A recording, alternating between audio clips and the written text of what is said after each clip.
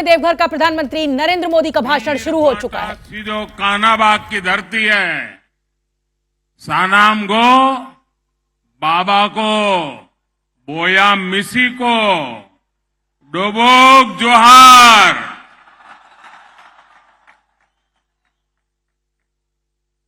अपने सनी के नमस्कार।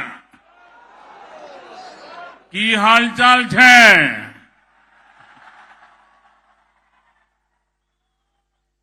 मंच पर उपस्थित भारतीय जनता पार्टी के वरिष्ठ सहयोगीगण,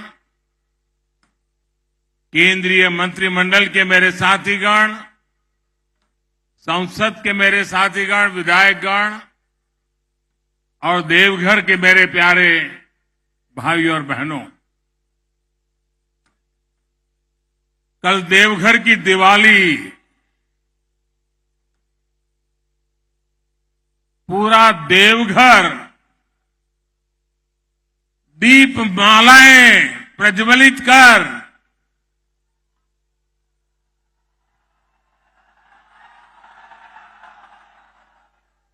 और पूरा देश देख रहा था कि जब विकास की गंगा बहती है तब जन जन के दिल में कितना आनंद होता है, कितना उमंग होता है। वो कल पूरे देश ने आपने दीपक जला करके पूरे देश को संदेश दिया है।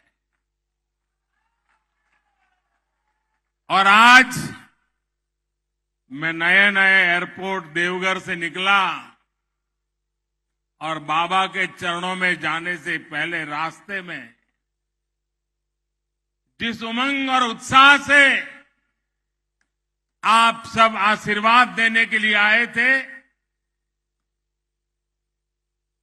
पूरा झारखंड, पूरा देवघर, पूरा मेरा सांथाल परगना, आपने जो प्यार दिया है, जो आशीर्वाद दिए हैं, मेरे जीवन की एक बहुत बड़ी पूंजी है। एक तरफ बाबा का आशीर्वाद और दूसरी तरफ ईश्वर रूप जनता जनार्दन का आशीर्वाद। दोनों आशीर्वाद कितना बड़ी शक्ति देते हैं वो आप भी जानते हैं, मैं भी जानता हूं। भाइयों बहनों, श्रावणी मेले की तैयारी और अब बाबा धाम में पहले से अनेक रंग रूप से मनेगी। पूरा हमारा महीना उमंग और उत्साह से बीतने वाला है। मुझे अभी कुछ समय पहले बाबा धाम पूज्य बाबा के चरणों में जाके दर्शन पूजन अर्चन करने का सौभाग्य मिला। उससे पहले झारखंड के विकास के लिए हजारों करोड़ रुपयों के योजनाओं को भी बाबा के चरणों में और जनता जनार्दन के चरणों में अर्पित किया। आप जनता जनार्दन और विशेष रूप से बाबा धाम में जिस प्रकार सुविधाओं का विस्तार हुआ है, उससे मेरे कांवड़िया और श्रद्धालुओं, उनको तो अनेक प्रकार की सुविधा होने वाली है। जिस नए एयरपोर्ट का शिलान्यास करने में मुझे यहां देवघर आने का सौभाग्य मिला था, आज उसका लोकार्पण करने का अवसर मिला है। आपको याद होगा, पहले योजना की घोषणाएं होती थी, फिर एक दो सरकार जाने के बाद आकर के कोई पत्थर लगा के जाता था और पत्थर लटकता रहता था।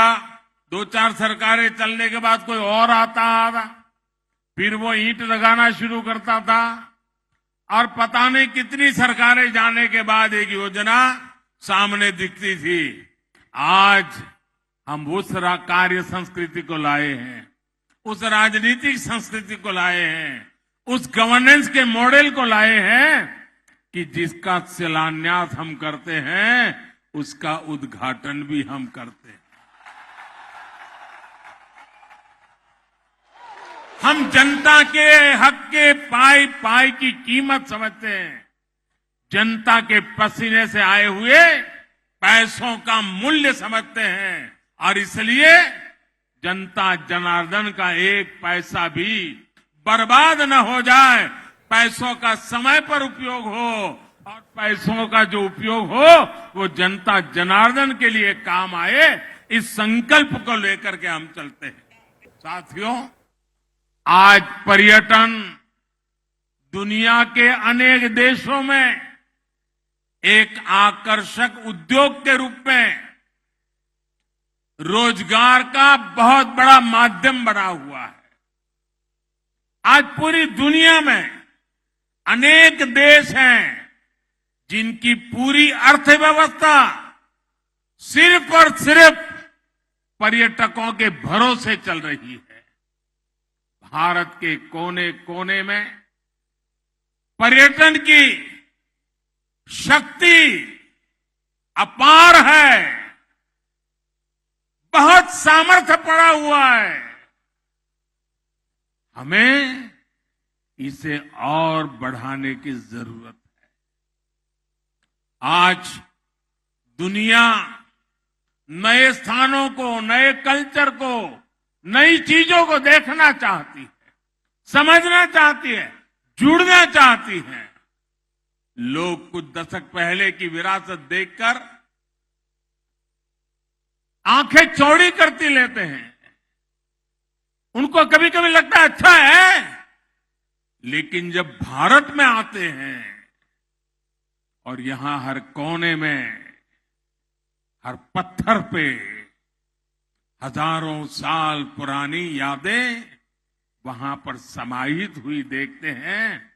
हजारों साल पुरानी इन महान परंपरा दुनिया जब देखती है तो वो चकाचौंध उनके मन को प्रभावित कर देती है। इसलिए आज ये समय की मांग है कि भारत अपनी विरासत को ज्यादा से ज्यादा और तेजी के साथ संरक्षित करे, वहां आधुनिक सुविधाएं बढ़ाए। और हम ये पूरे देश में देख रहे हैं कि बीते वर्षों में जिन भी तीर्थ स्थलों को आधुनिक सुविधाओं से जोड़ा गया, वहां यात्रियों की संख्या, पर्यटकों की संख्या अनेक गुना बढ़ गई है। इसका सीधा लाभ वहां रहने वाले आसपास के गांव के लोग, आसपास के जिले के लोग, उनको इनका बहुत बड़ा लाभ होता है। मैं बाबा धाम के आप लोगों को बाबा विश्वनाथ की नगरी काशी का एक उदाहरण देना चाहता हूं। जब से काशी में विकास ने गति पकड़ी है, काशी विश्वनाथ परिषद का सुंदरीकरण हुआ है, बनारस आने वाले श्रद्धालुओं की संख्या में कई गुना बढ़ोतरी हुई है। 3 साल पहले की तुलना में इस साल वाराणसी में अभी तक 3 गुना अधिक यात्री आए हैं। इस वृद्धि के चलते होटल वाले हो, ढाबे वाले हो, नाव वाले हो, ऑटो रिक्शा वाले हो, फूल पौधे बेचने वाले हो, पूजा का सामान बेचने वाले हो, इतना ही नहीं, चाय बेचने वालों को भी बहुत फायदा हो रहा है। उनका कारोबार बहुत बड़ा है। वहां जो हस्तशिल्प का काम होता है, कारीगर बुनकर जो सामान बनाते हैं, उसकी बिक्री भी बहुत ज्यादा बढ़ी है। साथियों, ऐसा ही प्रभाव हम केदारनाथ धाम में भी देख रहे हैं। जब वहां पुनर्निर्माण नहीं हुआ था, जब वहां सुविधाएं नहीं बढ़ी थी, तो कपाट खुलने की शुरुआती 2 महीने में एवरेज 2-2.5 लाख यात्री आते थे। इस साल कपाट खुलने के शुरुआती 2 महीनों में करीब करीब 9 लाख श्रद्धालु बाबा केदार के दर्शन कर चुके। ऐसा ही एक उदाहरण आपको पता होगा, गुजरात में मां नर्मदा के तट पर सरदार वल्लभ भाई पटेल की विश्व की सबसे ऊंची प्रतिमा बनी है, स्टैच्यू ऑफ यूनिटी। उस जगह पर जाने क्या, उसके निर्माण के कारण, और वो पूरा क्षेत्र मेरे आदिवासी भाई बहनों का क्षेत्र है। वहां हमारे आदिवासी भाई बहन की रोजी रोटी कमाते हैं। स्टैच्यू ऑफ यूनिटी बनने के बाद लाखों की तादाद में यहां लोग आते हैं और ये टूरिस्ट वहां पर होटल, वहां के ढाबों में हैंडीक्राफ्ट के सामान खरीदना, सैकड़ों करोड़ रुपए भी खर्च करते हैं। इसका सीधा लाभ वहां रहने वाले लोगों को हो रहा है, मेरे आदिवासी भाइयों बहनों को हो रहा है। यानी जब पर्यटन बढ़ता है तो इसका फायदा गरीब को होता है, आदिवासी को होता है, दलित, वंचित, पिछड़े को होता है। झारखंड ने भी बढ़ती हुई कनेक्टिविटी, आस्था के स्थलों का सुंदरीकरण, पर्यटन को बढ़ाएगा, यहां पर रोजी रोटी को अवसर देगा, नौजवानों के लिए नए मौके मिलेंगे, स्थानीय लोगों की आय बढ़ेगी।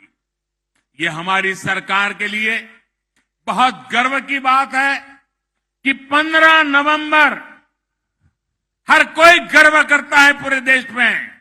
15 नवंबर भगवान बिरसा मुंडा के जन्म दिवस को हमने जनजातीय गौरव दिवस घोषित किया है और अब पूरा हिंदुस्तान हर वर्ष इस बात को मनाएगा। सर्वसत्ता, सबदूर सत्ता, कहां से मिले वहां से पाना, सिर्फ सत्ता, यही उनका ख्याल, यही उनका मंत्र, वही उनकी प्राथमिकता। सेवा कभी उनकी प्राथमिकता नहीं रही। अगर रहती तो देश आज आजादी के 75 साल मना रहा है, बहुत आगे पहुंच चुका होता भाइयों। ऐसे में व्यवस्था ऐसी बन गई कि जिसके पास पहुंच थी, सिफारिश थी, जो धनवान था, वही सारी सुविधाओं तक पहुंच पाता था और सारी सुविधाएं उसी के लिए समर्पित हो जाती थी। पहले से जितने दूर थे, जो गरीब थे, दलित थे, पिछड़े, आदिवासी थे, उन तक सुविधा भी उतनी ही देर से पहुंचती थी, उनका नंबर ही नहीं लगता था।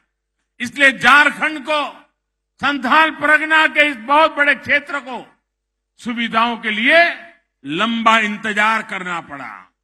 और मुझे गर्व है कि भाजपा की सरकार, एनडीए की सरकार गरीब की सेवा की भावना से उनके लिए जी जान से काम कर रही है।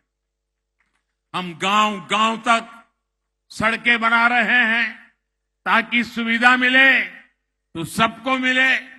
हम गरीबों के लिए नए घर बन रहा है। झारखंड के 12 लाख गरीब परिवारों को पक्के घर मिले हैं भाइयों बहनों। हमारी सरकार बनने के बाद 12 लाख गरीब भाइयों को, मेरे आदिवासी भाई बहनों को पक्के घर मिले हैं। हर परिवार को बिजली मिले, पर्याप्त बिजली मिले, गरीब से गरीब बहनों को रसोई गैस मिले, हर घर जल पहुंचे, इसके लिए हम निरंतर काम कर रहे हैं। हमारी सरकार के ऐसे ही प्रयासों से मेरे गरीब भाई बहनों में गरीबों के विरुद्ध लड़ने का, गरीबी के खिलाफ लड़ने का, गरीबों को गरीबी के खिलाफ लड़ने के लिए तैयार करने का, गरीबी दूर करने का नया साहस पैदा हुआ है। भाइयों और बहनों, हमारी सरकार गरीब की मुसीबतें समझती है, गरीब के सुख दुख की साथी है। कोरोना के इस कालखंड में 100 साल की सबसे बड़ी महामारी आई। इस दौरान हमारी सरकार ने गरीब को मुफ्त वैक्सीन से लेकर उनके खाने पीने तक हर चीज का ध्यान रखा। और इतना बड़ा देश, कोई गरीब के घर का चूल्हा न जले, इसकी हमने पूरी तकेदारी की ताकि गरीब भूखा न सो जाए। झारखंड के भी लाखों लोगों को केंद्र सरकार की मुफ्त राशन वाली योजना का लाभ मिल रहा है।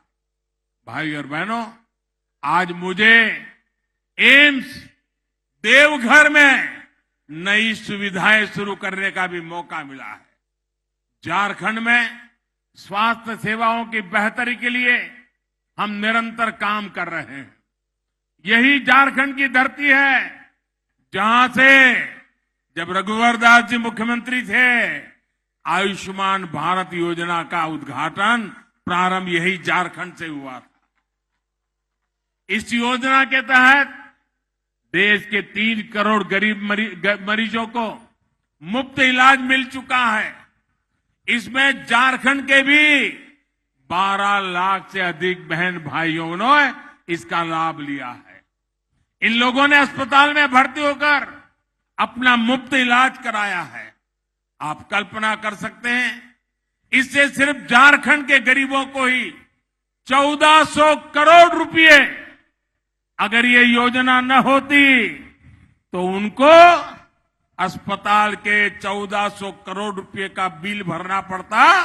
आज इस योजना के कारण झारखंड के लोगों के जेब में वो 1400 करोड़ रुपया बच गया है। मेरे भाइयों बहनों, सोचिए, इतना पैसा खर्च करके इलाज करने के बजाय मेरा गरीब भाई बहन तो यही सोचता कि भाई कुछ नहीं करना है, थोड़ी तकलीफ होगी, अब कितने दिन जीना है। भाइयों बहनों, वो दवाई न करवाते, घर पे बैठे रहते। मेरी माताएं तो बताती भी नहीं कि मुझे पीड़ा हो रही है, क्योंकि मां को रहता है कहीं बेटे को कर्ज हो जाएगा, वो दर्द झेलती रहती। लेकिन मां, तेरे बेटे पर कर्ज न पड़े, तेरा दूसरा बेटा बैठा है तेरी चिंता करेगा। लेकिन भाजपा सरकार की योजना गरीब के लिए बहुत बड़ा संबल बनकर आई है। आयुष्मान भारत योजना की वजह से झारखंड के लोगों को, गरीबों को देश के दूसरे बड़े शहरों के अस्पतालों में भी बहुत मदद मिल रही है। यहां देवघर में एम्स बनने से भी गरीबों की बहुत बचत होने वाली है। साथियों, आदिवासी समाज का सशक्तिकरण, उनके बच्चों का उज्जवल भविष्य भाजपा की प्राथमिकता है। ये केंद्र सरकार की नीतियों में साफ साफ झलकता है। देश के 100 से अधिक आकांक्षी जिलों में अनेक जिले झारखंड के हैं, उसमें भी अधिकतर मेरे ये संथाल परगना में है। कुछ महीने पहले ही देश के 44 जनजातीय जिलों में 4G मोबाइल कनेक्टिविटी मजबूत करने के लिए बड़ा फैसला लिया गया है। इसके लिए सरकार लगभग 6000 करोड़ रुपए खर्च करने जा रही है। इसका लाभ झारखंड के अनेक जिलों में रहने वाले मेरे आदिवासी भाई बहनों, यहां के युवाओं को होने वाला है। इससे जनजातीय जिलों में डिजिटल इंडिया का, यानी ऑनलाइन सरकारी सेवाओं का लाभ और बेहतर तरीके से मिल पाएगा। झारखंड एकलव्य मॉडल स्कूलों के नेटवर्क का भी बहुत बड़ा लाभार्थी है। केंद्र सरकार झारखंड में 90 से अधिक एकलव्य स्कूल बना रहा है। भाई और बहनों, झारखंड में प्राकृतिक संपदा भी है और समृद्ध होने का सामर्थ्य भी है। बीते कुछ वर्षों में केंद्र सरकार के प्रयासों से झारखंड का यह सामर्थ्य और बढ़ रहा है। क्या कभी कल्पना की जा सकती थी कि झारखंड पाइप से रसोई गैस और सीएनजी आधारित ट्रैफिक के मामले में देश के अव्वल राज्य में होगा। आज प्रधानमंत्री ऊर्जा गंगा योजना के कारण ये संभव हो रहा है। सिंदरी खाद्य कारखाना जो बंद पड़ गया था, उसे फिर से शुरू करने का काम भी तेजी से चल रहा है। ये झारखंड के किसानों, देश के किसानों को राहत देगा, यूरिया पर विदेशी निर्भरता को कम करेगा। भाइयों और बहनों, झारखंड के पास देश का अग्रणी औद्योगिक राज्य बनने की हर संभावना मौजूद है। आज संथाल परगना के लिए पहले 4 लेन हाईवे का भी शिलान्यास किया गया है। इससे इस पूरे अंचल में कनेक्टिविटी को विस्तार होने वाला है। साहबगंज में गंगा नदी पर मल्टी मॉडल हब भी बनाया गया है, ताकि यहां के उद्योगों को हल्दिया से वाराणसी पर बने नदी जलमार्ग का भी लाभ मिल सकेगा। झारखंड को समुद्री रास्ते से कनेक्ट करने के लिए जो भी प्रयास हो रहे हैं, उससे यहां उद्योग लगाना बहुत आसान हो जाएगा। यहां कच्चा माल भी और जब उत्पादन होगा तो झारखंड यहां के गरीब को, आदिवासी को रोजगार के लिए यहां से कभी उसको बाहर जाना नहीं पड़ेगा। हिंदुस्तान के और कोनों में झुग्गी झोपड़ी में जीने के लिए मजबूर नहीं होना पड़ेगा। और यही तो हमारा सबका साथ सबका विकास का राह है। साथियों, विकास के इन कार्यों के बीच आज मैं आप सभी को एक बात से भी सतर्क करना चाहता हूं। आज हमारे देश के सामने एक और ऐसी चुनौती आ खड़ी हुई है, जिसे हर देशवासी को जानना और समझना है। ये चुनौती है शॉर्टकट की राजनीति की। बहुत आसान होता है लोग लुभावन वायदे करके शॉर्टकट अपनाकर लोगों से वोट बटोर लेना। शॉर्टकट अपनाने वालों को ना मेहनत करनी पड़ती है और ना ही उन्हें दूरगामी परिणामों के बारे में सोचना पड़ता है। लेकिन ये बहुत बड़ी सच्चाई है कि जिस देश की राजनीति शॉर्टकट पर आधारित हो जाती है, उसका एक ना एक दिन शॉर्ट सर्किट भी हो ही जाता है। शॉर्टकट की राजनीति देश को तबाह कर देती है। भारत में हमें ऐसी शॉर्टकट अपनाने वाली राजनीति से दूर रहना है। अगर हमें आजादी के 100 वर्ष पर भारत को नई ऊंचाई पर ले जाना है, तो उसके लिए परिश्रम की पराकाष्ठा करनी है। और परिश्रम का कोई शॉर्टकट नहीं होता। भाइयों बहनों, आजादी के बाद देश में जो राजनीतिक दल हावी रहे, उन्होंने बहुत से शॉर्टकट अपनाए थे। इसका नतीजा ये हुआ कि भारत के साथ आजाद हुए देश भारत से बहुत आगे निकल गए, हम वही के वही रह गए। आज हमें अपने देश को उस पुरानी गलती से बचाना है। मैं आपको उदाहरण देता हूं।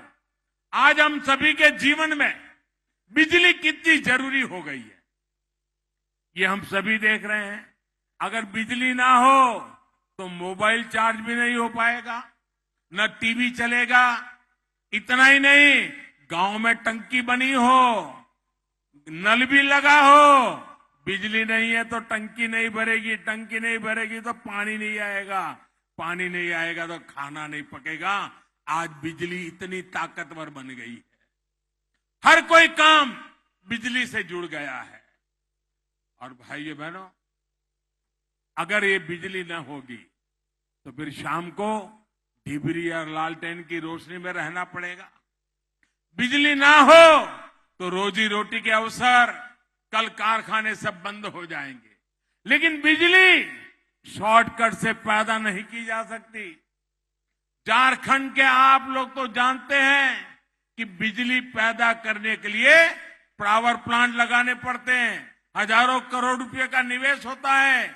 इस निवेश से नए रोजगार भी मिलते हैं, नए अवसर भी बनते हैं। जो राजनीतिक दल शॉर्टकट अपनाते हैं, वो इस निवेश का सारा पैसा जनता को बहलाने में लगा देते हैं। ये तरीका देश के विकास को रोकने वाला है, देश को दशकों पीछे ले जाने वाला है। आज बाबा धाम से मैं आप लोगों को, सभी देशवासियों को इस शॉर्टकट की राजनीति से बचकर रहने का हृदयपूर्वक आग्रह कर रहा हूं। शॉर्टकट की राजनीति करने वाले कभी नए एयरपोर्ट नहीं बनवाएंगे, कभी नए और आधुनिक हाईवे नहीं बनवाएंगे, वे कभी भी नए एम्स नहीं बनवाएंगे, हर जिले में वो कभी मेडिकल कॉलेज नहीं बनवाएंगे। मैं आपको एक उदाहरण देना चाहता हूं। आज यहां झारखंड में हजारों करोड़ की नई सड़कों के लिए शिलान्यास और लोकार्पण हुआ है। किसी के लिए बहुत आसान है ये कह देना कि अब से झारखंड में न बस का टिकट लगेगा।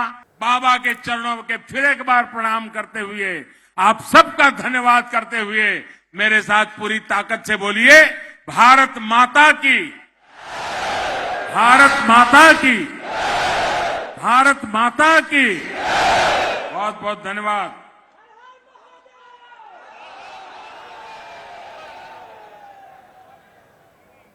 तो प्रधानमंत्री नरेंद्र मोदी ने आज जमकर विपक्ष पर हमला बोला। कुछ दलों में सेवा भाव नहीं, सिर्फ सत्ता भाव। हमारी सरकार गरीबों के लिए काम कर रही है। शॉर्टकट की राजनीति का अंत शॉर्ट सर्किट जैसा। मेहनत का कोई शॉर्टकट नहीं होता। शॉर्टकट की राजनीति करने वाले कभी एयरपोर्ट्स नहीं बनाएंगे, एम्स नहीं बनाएंगे, अच्छे हाईवेज नहीं बनाएंगे, तो शॉर्टकट की राजनीति से शॉर्ट सर्किट हो जाता है। झारखंड के देवघर में प्रधानमंत्री नरेंद्र मोदी आज मौजूद हैं। वहां पर एयरपोर्ट का उद्घाटन आज सुबह उन्होंने किया, कई प्रोजेक्ट्स का शिलान्यास भी किया, बाबा वैद्यनाथ मंदिर में पूजा अर्चना भी की और उसके बाद भाषण जब उन्होंने दिया तो जमकर विपक्ष पर हमला बोला। और हम आपको बता दें कि पूजा अर्चना करने से पहले प्रधानमंत्री मोदी ने देवघर शहर को विकास का बड़ा तोहफा भी दिया। आज झारखंड में विकास ने नई उड़ान भरी, ये दावा किया गया प्रधानमंत्री नरेंद्र मोदी के द्वारा अपने भाषण में भी, और भव्य स्वागत उनका किया गया। एयरपोर्ट का उद्घाटन आज प्रधानमंत्री मोदी ने किया। उसके बाद एक रोड शो निकला।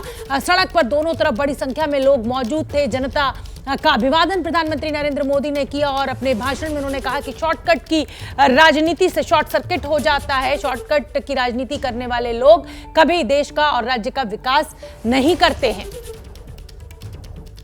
तो ये 4 तस्वीरों के जरिए बताने की कोशिश कि प्रधानमंत्री नरेंद्र मोदी ने आज झारखंड से विकास की राजनीति के अपने निश्चय को, अपने प्रण को एक बार फिर दोहराया।